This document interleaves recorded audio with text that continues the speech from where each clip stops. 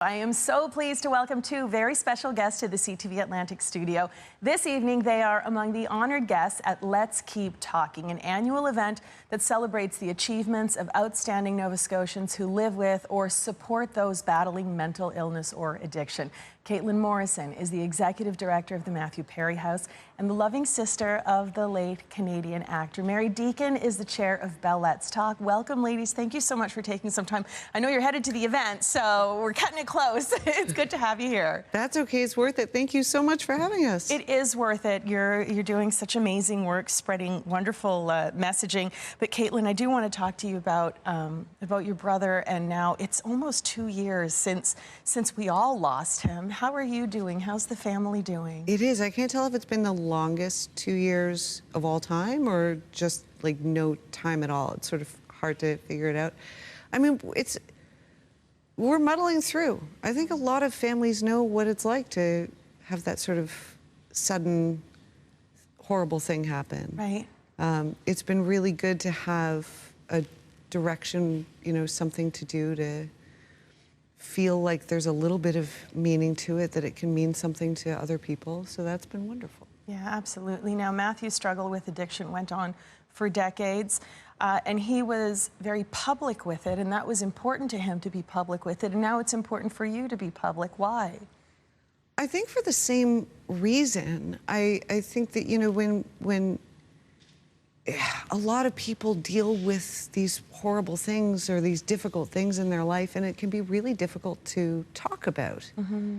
And, I mean, it makes sense going into the Let's Keep Talking event, but the more that we are honest about the painful things that we go through, I think the more we give other people sort of permission to be honest too, and we give them that reason to do whatever it is they need to do to finally start to feel okay. Unfortunately, Mary, there's so much shame often for the people who are struggling, and that comes with stigma. And sometimes the family is worried about what will the neighbors say and so on. What's your message when it comes to that line of thinking? So what we've been doing with Bell Let's Talk over the last 15, 16 years is really try to tackle stigma. Stigma is the reason that the majority of people with a mental health or addiction issue do not seek help. And that isolation, the feeling of being alone, is a real burden and barrier. And so if we can help to break the stigma, which includes talking about the issues, but also, knowing or meeting people who have these issues, it can really help challenge perceptions of what these people are like. They are you and me, mm-hmm. right? And the more we can understand that these people are living with an illness that can be treated, and offer them the same kind of support and encouragement through that journey, the more people will be able to get the help they need and then go on and thrive and flourish in their life. And that's a very important message of Bell Let's Talk and Let's Keep Talking. Right. So when you do recognize that someone you love is struggling, how do you approach them? Like, how did you help Matthew when he was in his really dark moments? A lot of the time it was just letting them know that you're there, that you love them. When it comes to something like addiction, which is what Matthew was dealing with, it's so weird to call him Matthew, I call him Menu. when it comes to something like that, you can't force someone to decide that they're ready to find that amazing life that's possible for them.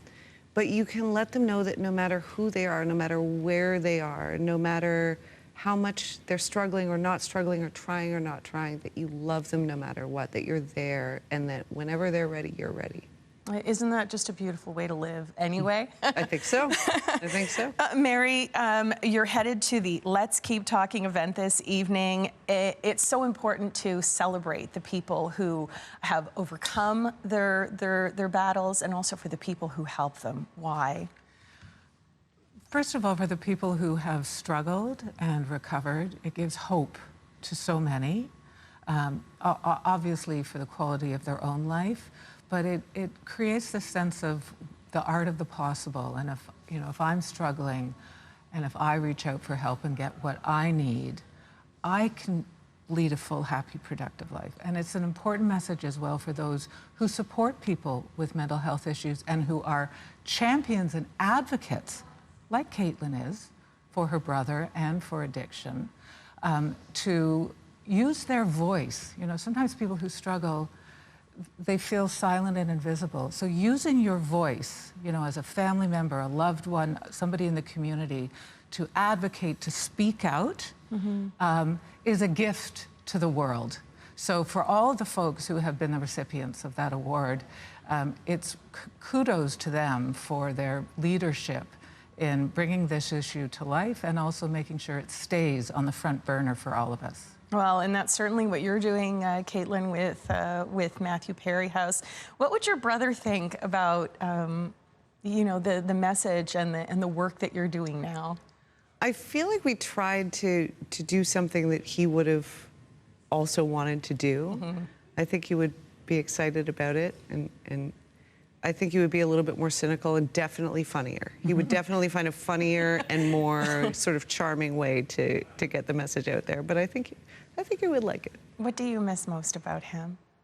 That's impossible. I mean, just about everything. You know, I kind of miss the silly things the most. I feel like I think a lot about the bigger, the more love things because of the work I do. But stuff like you're just walking down the street and he gets a little bored and decides he's going to knock into a wall and pretend to be grievously injured, when he's not really, in a very funny way.